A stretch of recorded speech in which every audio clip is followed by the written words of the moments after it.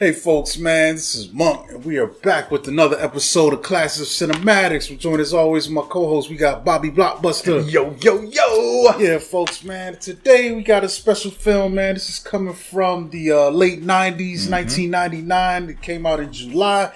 It's a Spike Lee joint, and we're going to be talking about The Summer of Sam. It's the summer of 1977. A killer known as the Son of Sam keeps all of New York on edge with a series of brutal murders. The philandering Vinny unwittingly almost becomes a victim of the psychopath, and soon he and numerous people in his orbit, including his wife, Diana, his punk rocker friend Richie, and aspiring porn star Ruby, are trying to figure out the identity of the killer before it's too late. This film stars John Leguizamo, Adrian Brody, Mira Sorvino, Jennifer Esposito, Michael Imperioli, Ben Gazzara, Al Pagolo Jonia. You know what I'm saying? And we've also got Spike Lee pops up in this thing. Michael Badalucco plays our Son of Sam in this film. And I think those are our main guys. There's a lot of people in this cast. A lot of sides, yeah. A lot of bit parts and stuff. You know. As far as the story goes, man, it's an interesting premise because I think this film to me feels more like a slice of life kind of affair. It's not really about the Son of Sam, but more about the time period that he was operating and what's going on around and the people of New York City and the effect that how it was they're having. dealing. The effect that it was having. Absolutely. So it's not, if you're looking for like a expose on the case itself, you're probably gonna have to watch another movie. This isn't really about the hunt for the Son of Sam, or even get into what he was operating. We do see him depicted in here, but it's more just showing you his state as he's running around doing this stuff. We don't really get much, insight into him, Dude, absolutely. To your point, he is like the Son of Sam murders are the backdrop. It's the glue that keeps the story cohesive, but it is definitely more about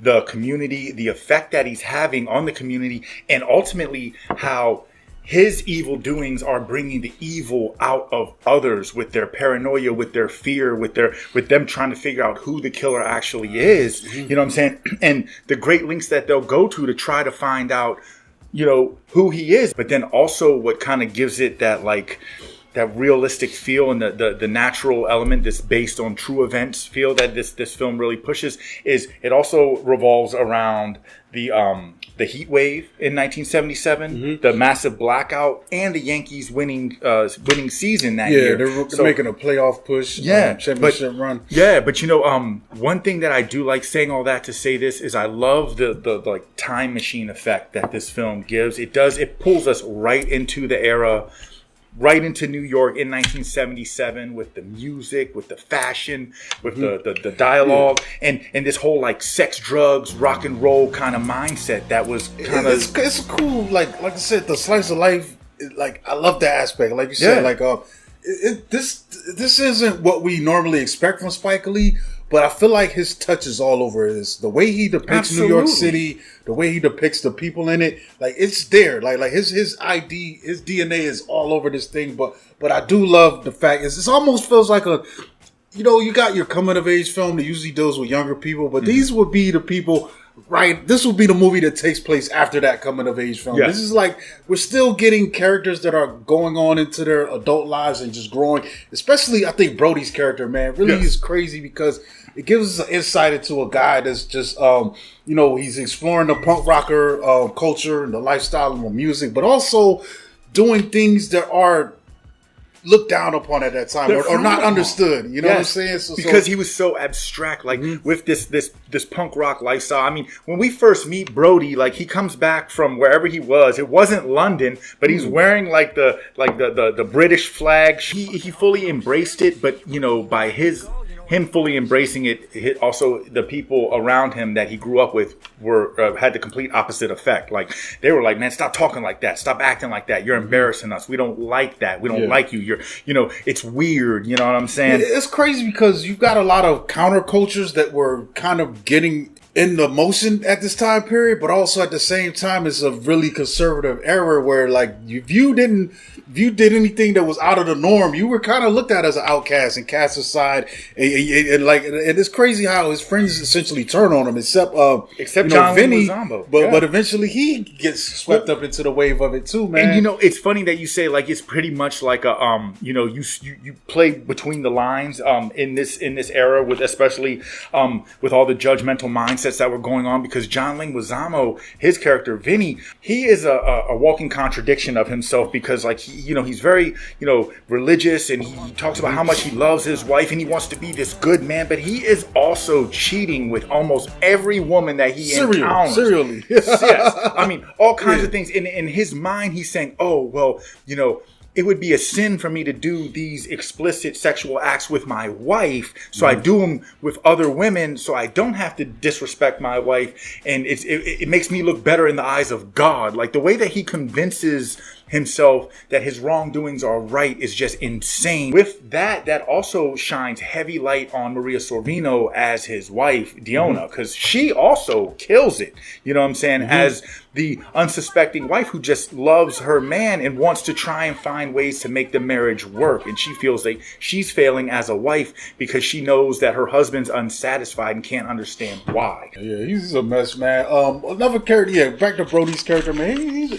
He's probably my favorite in this movie because he seems to be a guy that just doesn't want to accept a normal, I'm going to just go get a job, go raise a family. He's more into the artistic side, but he's also doing some wild shit out in the streets. He's not afraid to, he's not going to get a job where he goes to these places and does dances for these guys, and he's not afraid to do something strange for a little bit of change. It's weird too because they don't really get into that or present it in a judgmental way, but he seems like he's turning tricks with dudes, but he's not necessarily gay. You know what I'm saying? He has a girlfriend. Yeah. And she knows what he's doing. Yeah, so it's like this is how I pay my bills, you know what I'm saying? And it allows me to live my freer lifestyle and not have to punch the clock. I could go to these shows. I could, dress in the look and the gear, but his ultimate plan is to get out of here. He doesn't fit in, and he's not trying to, man. His philosophy is I should be able to do what I want to be and be who I want to be as long as I'm not hurting nobody. And it leads to some really interesting moments in this film. Like, this film is full of really great performances and really great scenes just on the human level, man. Like that's where this thing really stands out to me, man. And also when it comes to Brody's character as Richie, one thing that I noticed too is that, yes, you're right. He has this urge to want to stand on his own 2 feet and buck the system and be like, stray away from the social norm. But he also doesn't want to grow all the way up. Like, there is a point a little bit of where he goes, he's still living at his folks' house, and that's fine. Hey, whatever, you just came back from wherever, you got to get back on your feet. But the mom is just newly married, and her and the husband, they're like about to get it in or whatever, do whatever. This movie is also overly sexualized. Like, there's a lot of sexual things going on, what I'm saying? But, whatever. It doesn't make it a bad movie and take away from the entertainment value or from the story arc. But saying that to say this, the mom and the new husband, they're about to get it in. They're in the living room. He walks in, sees it, uncomfortable for everybody. And the husband is like, look, man, enough is enough. You're gone for months, then you come back for a week, then you're gone again. You are now going to move into the garage. You have your own privacy. You don't need to come into the house. If you want to come to the house, you ring the doorbell first, like everybody else. and Brody's like, he's on the verge of tears. He's like, Mom, he's kicking me out of my own house. He wants me to move into the garage. Where you would think that if you really want to embrace this stand on your own 2 feet lifestyle and really be able to do things, you would want a little bit more space. It's a funny situation, but it does drive home that point, sometimes you got to get out the nest, but that is a thing that we do in society, I think, a little prematurely sometimes. Other interesting characters in here, I think it's Richie's group of friends, and what's the names too, man? Richie and Vinny's, their friends. Yeah. The extra guys that are from the neighborhood, and they're interesting to me because they are also putting pressure on. They're adding to the, why you so weird, dude? But it's like, and then they're the kind of they made themselves the neighborhood protectors. Like, Yeah. they just appointed themselves. Oh, Yeah. we take care of the hood. And it's crazy. Yeah, 'cause we're like the enforcers. You can tell one of them's like a low-level drug dealer and linked up with this mob guy, you know, which is And he's got his two flunkies with It's him, and then funny, one of them is yeah. the junkie that he's serving. The funny thing is though, the junkie that he's serving, then there's a gay guy who they only tolerate because he's the higher up boss's son. You Yeah. know what I'm saying? With the mob. And it's Yeah. kind of funny to me because in a way they do kind of look out for each other, but in a way they're also toxic to each other. As soon as you show any difference, it's not going to be like, oh, that's my friend. It's like, yo, why you fucking weird, dude? You know, Yeah. because there's that. It's weird because there's a scene where the gay dude comes around and he's been beat up. And it's like, yeah, man, Rocco did this to me. And this crazy is real quick how they show it, but they go after They fucking bang on Rocco him, and yes. fuck him And up. they were like, ain't nobody gonna hit on him but us. Yeah. You know what I'm saying? It's like, so meanwhile, they're quick to throw the F word out there on, Yeah. on, anyone else, but it's kind of weird, man. I guess it's showing the duality of people at times, man. But Yes. they are a driving force. They're kind of like the guys on the side that are amping up, especially when it comes to the tension from the killer being around, and they yes. appoint themselves as the neighborhood guard and trying to figure out, yes, they are the ultimate hype men. And like you said, I mean, more problematic than good, because then, what ends up happening is, it really goes bad once the police officers go to the mob boss asking him for help trying to find that out is crazy who the to Summer me. Sam is. And then the mob boss actually, pulls up this crew and is like, I need y'all to help me, find this guy. So they start compiling a list, like pretty much anyone who they feel is offbeat or just kind of weird or that might have done them wrong. I mean, the people that they have on this list, of course they have Richie because he just doesn't fit in. But then they end up putting one of the priests at a Catholic school on there because he used to beat one of them when they acted out in school. They put a taxi driver on there. I mean, the one dude that makes pizza at the pizza shop because his eyes are all wide and he just looks weird. So they say it's like, I mean, my favorite scene though is when they're sitting down there and they bring up Jackie Robinson. Because this guy's been shooting mostly couples out, in their cars, with the 44 caliber. Yep. And then it's like Jackie Robinson, he's number 44. Yeah. And then the other dude is like, man, shut the hell up, man. Even if he is a killer, we need him. We need him for until this. October. And I was just like, that was my favorite part, bro. Because I'm like, yo, even if he is the killer, we need this guy to help us win the World Series. Exactly. So he gets a pass, but Richie don't get a pass because he's punking out. You know what I'm saying? Baseball is life, bro. It is funny, wild. man. Just like, I mean, there was another part where later on in the film, one of the punk rockers, he's walking up the street drunk, and he's like, he tells them, this is when they're on the hunt. They're trying to find the Summer of Sam, and they're like, yeah, what are you doing out here? He's like, get out of my way, and calls them, a disrespectful, term for what you call Italian descent people, and they're like, what? And so he says it again. And they're like, man, we're gonna give you one more pass. What's your favorite baseball team? He was like, the Red Sox. And they beat the brakes off him. They're like, no, this is Yankee Town. You know what I'm saying? Because he's like Boston. Because Boston, not because he was disrespectful. But while we're still on the characters, one thing that I really also liked is how the film opens and closes with the journalist Jimmy Breezeland. Oh, he's cool, man. He's a real journalist. And the cool thing about adding him into this is that he was actually the journalist that the real Summer Sam killer was sending letters to when this was really happening. That's a crazy thing. So I thought that was really cool to incorporate him. Yeah. He was kind of like the Zodiac in the fact that he was corresponding with media, and I think BTK did the same thing too, man. Yeah. But yeah, speaking of the killer, Michael Bartolucci plays David Berkowitz in this, and like I said, his scenes are interesting. We don't even really see his face most of the time. I don't think until the very end, and we're just seeing this guy who's clearly just unstable, gone, bro. Like apparently he was being tormented by this dog that was apparently talking to him. I'm not sure the full details, but that's what he told people that compelled him to do these crimes. And it's showing him in that thing, and he's like, the dog's barking. It's like, shut the dog. Yeah, and then I'm like, is this all in his head or what? Yo, like it's crazy. Well, and then he ends up killing the dog, but then the dog ain't dead. Comes back. I don't even think he kills. He sees the ghost of the dog, and the dog's like talking to him. I haven't looked into the full story, but that scene is crazy, bro. Yes. When that dog comes in and just starts saying like, "Yo."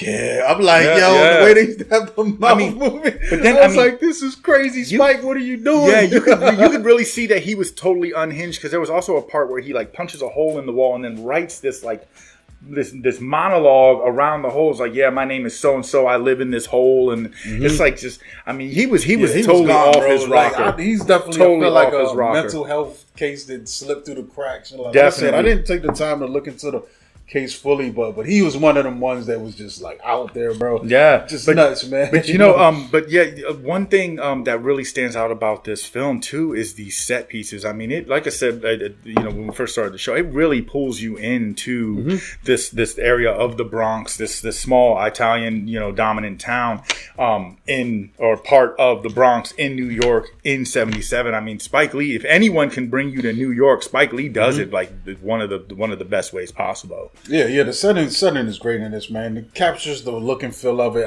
especially later on when Vinny's running around, hits the disco with his girl. You know what I'm saying? It's great. He tries to get in Studio 54. That's wild. I was like, yo, that's cool to see. I always like to see that place depicted, and and stuff like that. Even the Richie going into these seedy, strip clubs and the rock concerts, man. It really does. Like even CBGBs is depicted in there, and that's world famous, man. If you know anything about this era and music in general, man. So it's cool to see how he put that all together, man. Another aspect of this thing that I really think was used in a really effective manner is the music, man. Yes. I feel like.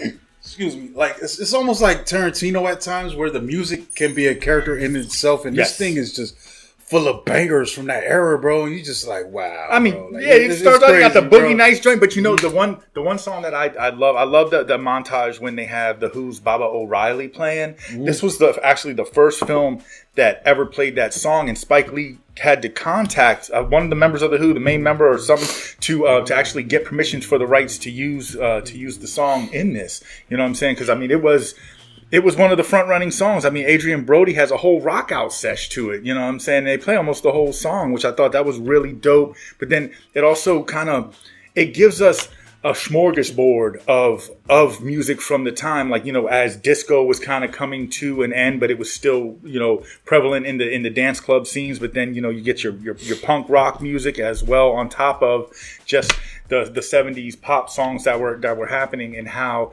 music really just kind of, drives the life force for a lot of people. A lot of people live life to a soundtrack. I know I'm one of them. And also, I mean, this film was beautifully shot. Ellen Karras was the one who did the cinematography.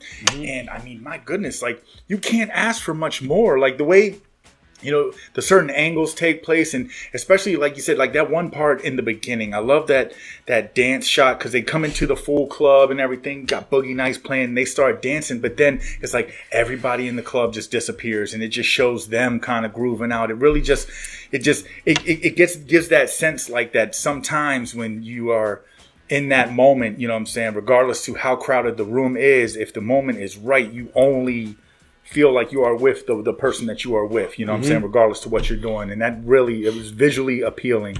What I mean? Yeah, it's crazy, man. This thing has some cool stuff in it, man. Like I said, I don't think this is one of his most popular films, man, but I think it is one of his better ones, in my opinion, that's not a typical Spike Lee joint, man. Like I said, his touches are all over this thing, man. The casting, the acting, and even just the insight. It's not really about Sam, more like the people reacting to it. I like later on when Deanna's pops gives her the blonde wig, because apparently all the women that have been dead so far are brunettes or dark hair. Yeah, shoulder length hair, brunette. So everyone was like, they said there was a wave of people getting their hair dyed blonde. It's so crazy, man. And maybe that's just happens to be because most women, are brunettes with dark hair. You know what I'm saying? It's not even about that, but it's people reaching, trying to find a way to cope and deal with this, And I think it was really tasteful on Spike Lee's part to take this approach, because he did get a lot of blowback from, people in